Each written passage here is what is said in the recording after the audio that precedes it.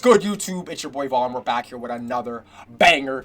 In today's video, we are watching the 7 levels of a UFC industry plant. This video is by Mark Fighting, and yeah, let's get right into it. The 7 levels of UFC industry plant. The UFC has always had favorites. Fighters who get fast-tracked to titles, protected from bad matchups, or handed opportunities. Patty the Batty! And then there's the opposite. The ones who had to claw their way through years of fights just to get a shot. So Tony Ferguson. Of UFC industry plant. Wait, hold up. Fighters who got complete. Hold up. Who's on this list? Level 1's Tony Ferguson. Level 2, Leon. Okay, who's level 3? That's not Darren Till, is it? I'm an idiot. I don't think that's Darren Till. Level 4, Sean Strickland. Level 5, Brock Lesnar. Level 6 is Sean O'Malley. And level 7 is Patty the Batty. Oh gosh. Yeah, this should be interesting. Denied to the ones whose entire careers were engineered from day one. Level 1 is for fighters who got the complete opposite of favoritism. They had to fight tooth and nail for every opportunity, put together insane winning streaks, and still got passed over. Tony Ferguson is the poster child for this level. He went on a 12-fight win streak and still didn't get a title shot. What? He beat everyone, finished guys like Edson Barboza and Kevin Lee, and even won an interim title to set up what should have been an amazing fight with Habib. It's a phenomenal fight. Because Tony is a savage, and Tony fights very well. The fight we all missed, bro. Guard. You can't sleep on him. He's durable. Ferguson versus Namaga. He never gets tired, and he's as game as they come. But the Habib fight kept falling through. Not once, not twice, but 3 5 separate right? times. 5? Habib pulled out with a rib injury, so they rebooked it. Then Tony had to withdraw after doctors found fluid and blood in his lungs, and competing could have literally been fatal. The third attempt was March 2017 for the interim title at UFC 209, but Habib was hospitalized because of his crazy weight cut. Finally, on the 4th attempt, it looked like everything was going to go ahead fine, until Tony tore his knee tripping on a cable during media day. Well, I have breaking news for you, but it's not good breaking Tripping on a cable, Tony? Are we serious? news. So, UFC 223 was supposed to be headlined by Habib Nurmagomedov and Tony Ferguson. This is the 4th time the UFC has tried to put this fight together.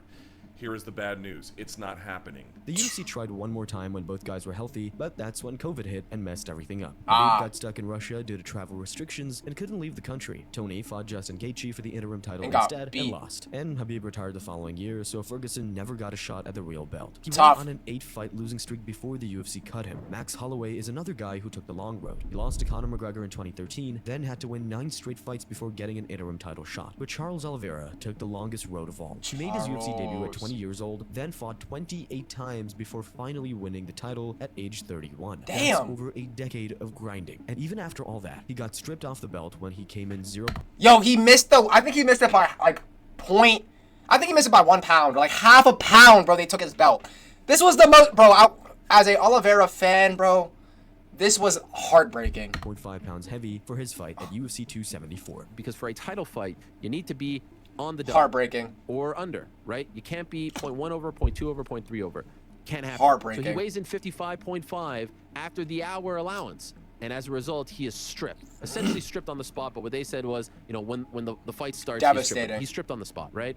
And so the belt was up for grabs for Gaethje. It was not up for grabs for him. This has never happened before. And if you're not careful, you can slip down to his level from anywhere. Just look at Arman Sarukian. He lost his first fight to Islam Makhachev back in 2019, but then went on a tear, going 8-1 before beating Charles Oliveira at UFC 300. That earned him a title shot against Islam, but one day before weigh-ins, Arman pulled out with a back injury, and Dana was pissed. He knows what's going on. I don't give a shit what everybody else says. You know, he knows what's going on. Yeah, Arman sold that right there. He's got to work his way back to that title shot. He said Arman would have to work his way back to a title shot and wasn't getting another opportunity just because of his ranking. Even after beating Dan Hooker, it still wasn't enough. Oh! Level 2 is for fighters who have proven they're good but still get no respect. Sometimes they may even get fed to the wolves. Just so they can prove how much he doesn't like you. Leon. I'm talking about guys like Leon Edwards. After losing to Usman in 2015, he went on a 10-fight unbeaten streak. To be honest, he could have had a title shot at any time. Right. It kind of felt like he got held back because he was boring. Let's start with Leon Edwards. You know, that's a name that you guys should learn.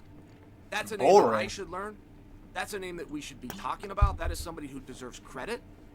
But he had his own approach, didn't he? We are living in the entertainment area, and Leon has not quite got on board with the entertainment side of that. I'm not faulting Leon. I'm pointing out for you the guys king of entertainment. Perhaps you've missed the name of one Chael of the Sonnen. guys with the greatest winning streak in all of MMA. Then COVID hit and Leon got stuck in England. He was scheduled to headline a fight night in London against Tyron Woodley in March 2020, but travel restrictions killed it. The UFC removed him from the rankings entirely due to inactivity in October 2020. And on top of that, they tried booking him against Khamzat Chimaev 3 separate times. And when you're basically one fight away from a title shot, that's kind of a slap in the face. Even back then, everyone could tell Khamzat was a guy best avoided. You have a guy who is completely undefeated and has never left in the first round. That is what his claim to fame is in Chimaev. That's it. You say he's overhyped, he's overplayed, say whatever you want. Yeah, they tried feeding Leon to the wolves. He's been in there 3 times in 2 different weight classes. He's never left the first round. That is his resume. Unfortunately, first Chimaev tested positive for COVID, then Leon tested positive and lost 12 pounds from how severe his case was. Then Chimaev pulled out again due to lingering effects. Leon didn't fight for nearly 2 years while other contenders jumped the queue and got their shots. What is happening with you in the UFC? I couldn't tell you. I feel, like I said, I'm on a 7-5 win streak now. I'm not the second most wins in the whole division. It's me, Kumuru. He beat me like 4 years ago. And so I feel I deserve at least a title Leon Brocken. opponent. When he finally came back in March 2021, he accidentally poked Bilal Muhammad in the eye and the fight ended in a no contest. So he had to keep proving himself all over again. Nate Diaz belongs here too. After losing to Leon at UFC 236, Diaz wanted out of his contract. The UFC made him wait 15 months before finally booking him against Tony Ferguson. In between, they tried to feed him to Khamzat too. Yeah, they're coming at me with him, and I'm like, hold on, don't disrespect me like that. You know, just try to offer me a fight with a rookie. I'm cool. I got 4 fights in the UFC. Right. Don't even talk my name. For a legend and fan favorite, he wasn't getting the respect he deserved. And another guy who fell out of Dana's good books was Bilal Muhammad. After the incident with Leon in 2021, he beat Damian Maia, Stephen Thompson, Vicente Luque, and Sean Brady, then beat Gilbert Burns on short notice. Dana said after the Burns fight that Bilal would get the next title shot. Then the UFC gave it to Colby Covington instead. And when UFC 300 rolled around, Dana offered Leon Edwards 3 different opponents, and none of them were Bilal. He had to wait over a year to get a shot, and even then fans kinda didn't want him to get it. Alright, we're cranking up the plan factor now, because level 3 is where fighters get fast-tracked based on marketability more than accomplishments. These guys had hype machines built around them before they'd proven anything, and when they got their moment to shine, it all fell apart. It's easy to forget, but Colby Covington went from rank number 31 to number 2 in just over a year. That's an insane jump, but he didn't beat anyone elite to get there. The UFC needed a new villain after Conor, so they used Colby's heel character and gave him main card spots for the controversy. He ran with it so far that it even lost him friends for real. The guys in the gym, they really took it personal. You know, I kind of got cut off from the Brazilians and American top team in the gym. And they with me anymore. Colby has had 3 title shots since that first one at the end of 2019, and he didn't really deserve any of them other than the first. He didn't deserve any of them. He got after 1 win against Tyron Woodley, and to earn his shot against Leon, all he had to do was beat Masvidal, who had lost most of his shine at that point. And another guy in this bucket is Darren Till, who got a title shot against Tyron Woodley within 3 years of joining the UFC. But his big wins were a declining Donald Cerrone and a controversial decision over Stephen Thompson. The UFC sold him as the next big thing because he was British, had knockout power, and could talk. Then he fought Woodley and got submitted by Darce choke in the second round. Tyron's just faster than him, way faster. And close distance so quick. Like lightning, landed that right hand, beat the shit out of him on the ground. It was just shocking to me that Darren didn't know what to do when he was on his back. Seriously. In terms of like that's how I thought the fight was gonna go. Like him just being on top of him the whole fight. He moved to middleweight and got sparked out cold by Jorge Masvidal. Till was protected on his run to the title. The UFC pushed him too hard, too fast, and as a result, he never even reached his full potential. Although, ever since he left the UFC, he's gone 3-0 in Misfits Boxing, with wins over Anthony Taylor, Darren Stewart, and that big win over Luke Rockhold. Another fighter who belongs here is Mackenzie Dern. She was a multi-time world champion in Brazilian Jiu-Jitsu before she ever stepped into an MMA cage, which is why the UFC positioned her as a crossover star immediately. She's the champ as a prospect who needed to prove herself. At one point, there was talk of her getting a title shot after a win over Rodriguez, even though she was 2 spots below her in the rankings. I really believe this is like a very important fight. It's like, I think whoever wins here could fight the eventual winner of Zhang Weili and Rose, you know, so it's very, very close. But Mackenzie lost that fight and went 2-4 over her next 6. She lost to Jessica Andrade by TKO, got out-wrestled and dropped by Amanda Lemos, and looked like she was gonna start dropping down the rankings. Then she beat Lupi Godinez in a fight a lot of people gave to Lupi. And 5 months later, she beat Amanda Ribas, who was 1-3 in her last 4 and had no business being in a title eliminator. And somehow, those 2 wins got her the title shot. Disgusting! It's good being a UFC favorite. At level 4, fighters start getting protected from real competition. Literally. This is for guys like Sharam Magomedov. The UFC made a massive deal of his striking and pushed his highlights everywhere. Then he landed the first ever double spinning back fist knockout in UFC history. And started that was clean. That was clean. I'm best striker in this division. Israel, understand? I smush you. I smush you. I beat you. I smush you. The pirate is here. For some reason, he debuted at number 14 in the rankings despite beating an unranked opponent. But when he went up against MVP, all of a sudden the image of his elite striking fell apart. Then there's Bo Nickel. He's a 3-time NCAA Division I champion, 2019 Dodge Trophy winner, 2019 U23 World Champion. On paper, he's one of the most accomplished wrestlers to ever enter MMA. The UFC signed him really early, and it seemed like that alone went to his head. We've seen it before. Yeah. Like Pereira's a great example. He's got a couple fights. Yeah, Bo Nix. And then all of a Bo sudden Nickel. the title. Yeah. So my initial plan, like before any of this happened, was I'm gonna get 10 fights on the regional scene, you know, and then I'm gonna go to UFC. I'm gonna be the champ. He got by, like, straight 13, to the 14 UFC. fights. That's what the plan was. And then after that, it was like everybody kind of knows what's up. Everybody's trying to sign me, and I talked with my manager, and I was like, dude, am I even going to be able to get a fight? And for a long time, he never had a prelim fight. The UFC has this tactic of putting potential superstars as main card openers on PPV cards. They did it with Sean O'Malley, and they did it with Bo. He was entering fights as a huge betting favorite and calling out Hamzat and other top-ranked fighters. Aged horribly wrong. When he finally faced his first ranked opponent, the Ritter, he got TKO'd by a knee to the body. Interesting fight, and the basic discussion. He gave up. Was Bo overrated? Yes, very. Or is the Renner underrated now? Underrated. For his next fight, Bo very overrated. In November 2025, he was finally on the prelims. It's kind of similar with Macy Barber. She set a countdown on her phone to break John Jones' record as the youngest champion in UFC history. She's so fine. He wanted to be the youngest champion in UFC history. That record is held by John Jones. What was it, 23 for John?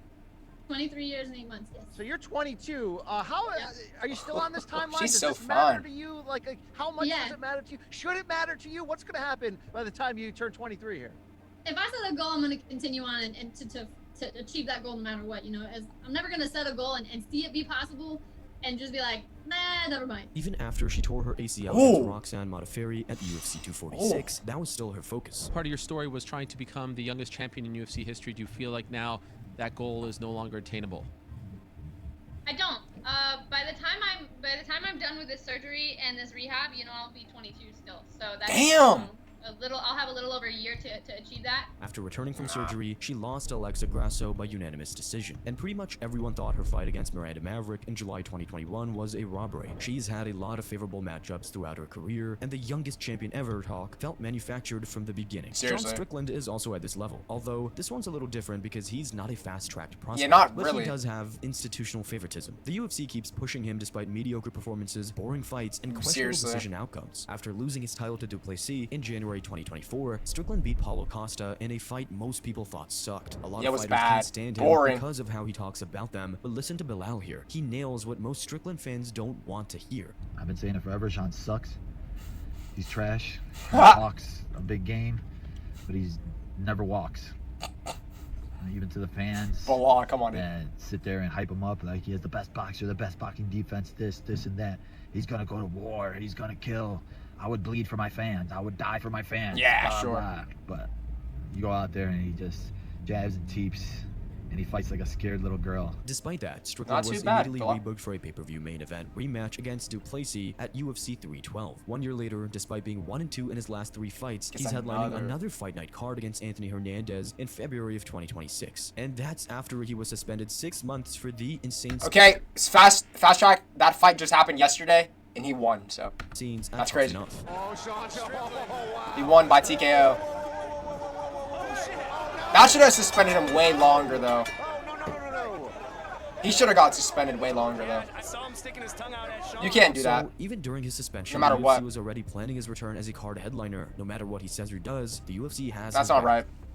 That's not right. Alright, level 5 is where fighters get a whole new level of favoritism and protection. These guys get preferential treatment even when they lose, fail drug tests, or even cause chaos John inside Jones. the cage. Chael Sonnen belongs here. He lost to Anderson Silva twice for the middleweight title, and he had 0 wins at light heavyweight in the UFC since 2005, 0. picked out by Renato Sobral. Yet somehow, he got a title shot against John Jones at light heavyweight in April 2013, and he quickly found out how crazy that was. He's a lot better than I thought he was. I mean, to beat a guy John Jones. To beat a guy at his own game is a whole nother. He's the best fighter I've ever fought. The fight made no sense to begin with. Lyoto Machida, who was the #2 ranked light heavyweight at the time, called it out on Twitter, saying Chael hadn't done anything at light heavyweight to deserve it. The justification was pure marketing. Chael got the shot because he accepted it and could talk, not because he earned it. That's favoritism. And speaking his UFC debut in April 2013, to featherweight title shot in just 5 wins, which wouldn't be so bad in itself, except that 5th win was against Dennis Siver, who was ranked 19th in the division at the time. There's no way that should launch you to a title shot. Then Aldo got hurt, so the fight got switched to an interim bout against Chad Mendes. Up until that point, the UFC had been carefully avoiding giving Conor any wrestlers, and you can see why, because for a moment it looked like Mendes was going to win with that guillotine, but Conor pulled it out of the bag, and when he and Aldo did fight, he had that awesome 13-second knockout. He got no, that was amazing. That was amazing. Flatlined, that was cool. And then he got hammer-fisted while he was out. Yes. True. He got up and he was asking what happened. He was putting his hands up. He's going, I don't know what he's saying because he was speaking in Portuguese, because he was shaking his head and they were nodding their head. Then he moved up to fight Rafael Dos Anjos for his lightweight title. Dos Anjos pulled out, so instead of cutting back down to defend at featherweight, Conor fought Nate Diaz. And when Conor lost, you can understand why he wanted an immediate rematch. But after avenging the loss, he challenged Eddie Alvarez for the lightweight title, becoming the first 2-division champ in UFC history. So he never actually defended his featherweight title once. The UFC let him completely ignore his division to chase another belt. Then there's all that other stuff. With Conor McGregor arrest. He was arrested late Thursday night for the bus attack on the UFC bus outside of the Barclays Center, where he threw a dolly at the window, smashing it, injuring at least 2 UFC fighters, Michael Chiesa and Ray Borg. But one of the most favored... Is McGregor the equivalent of, like, the Antonio Brown of the NFL? Like, I know CTE, I mean, that's still an injury technically, but, like, McGregor, after his injury, man, he was never the same. Same with AB. They just went down a really weird route, and they never played their respective sport again. That's strange, man. And Conor, man, like, some of these stories are sad, because they're at the freaking pinnacle of their career, and then they just, like, fall off so hard, I feel like. Guys in UFC history has to be Brock Lesnar. You want to talk about a guy getting pushed fast? Like, his first fight, one of his first fights against Heath Herring in the UFC, which is nuts. And dude, he got a title shot with a 1-1 record. He debuted in the UFC in February 2008 with 0 MMA experience. Sure, he was an elite NCAA wrestler and WWE superstar, but he'd never fought MMA professionally, and it showed in his debut against Frank Mir, where he tapped out to a knee bar. I had a 1-fight deal. And I was like, please, just give me another shot at this. So then, boom, and then it just took off. I fought, Heath Herring, and then I got Randy Couture and won the belt. Yeah. That was just his 3rd UFC fight, and it was for the UFC heavyweight title against Randy Couture. The justification was simple. He was a massive draw. I mean, just look at the guy. But they gave him grapplers and wrestlers he could control with his insane physicality. When he faced elite strikers like Cain Velasquez and Alistair Overeem, he got destroyed. And let's not forget, the UFC also let him fight on juice. There was no testing back then. Oh, yeah? You got to realize that the testing back then was horseshit. Just ask Mark Hunt how he felt about that one. Speaking of juice, one of the biggest cases of favoritism right now has got to be Jon Jones. For sure. For starters, he has had multiple failed drug tests and still has Dana going to war to defend him. Overrated GOAT, man. I'm sorry, man. He's the GOAT, I guess, but man, we gotta do some reconsidering based off his PEDs, and he really wasn't fighting anyone in his division like his size. He was really a big ass light heavyweight, man. Fighting a bunch of middleweight people, in my opinion. I don't know, man. My GOAT maybe is GSP. This is the problem Marab. with the conversation that we're having here and why people aren't giving Jon Jones the respect for pound. This fucking guy destroyed the best heavyweight in the division. Easily made it look like nothing. Jon Jones is the pound for pound best fighter in the world. And then he ducked Tom Aspinall. Period. He ducked Tom Aspinall. He's had DUIs, a hit and run, domestic violence arrest, and a USADA agent even that accused too. him of threatening to kill her. I mean, Dana literally moved the entire UFC 232 event from Las Vegas to Los Angeles on 6 days' notice. If that's not institutional protection, I don't know what is. That's crazy. What Jon is, he started out by cleaning out the light heavyweight division and looking like a savage. Of the caliber of the guys that Jon Jones was facing. Jon Jones was facing Gustafsson. Which he arguably lost. He also arguably lost to Dominic Reyes. Glover Teixeira. He was facing Daniel Cormier. He was facing the elite. He beat Daniel Cormier and he tested positive for PEDs. Elite of the elite, and he never fucking lost, even when he was doing coke and he wasn't even training. But then in recent years, he's cruised on by on mostly decision wins, with a few that could easily have been losses. Just look at the Dominic Reyes fight at UFC 247. A lot of people Reyes won. Jon got the unanimous decision anyway, and the way he ducked Tom Aspinall and held him. Thank you, man. I'm so glad he's making every single point. Thank you. Heavyweight division hostage without getting stripped just screams Dana White's privilege. You are holding him back. You are holding back not only Tom Aspinall, but the rest of the whole division. So yes, you're missing the point. This isn't about you. I agree. It's about the belt. I agree. How many more times does Tom have to say it? He would love to fight him. He would love to be he would love to have the opportunity to be that guy. He would love it. Who wouldn't?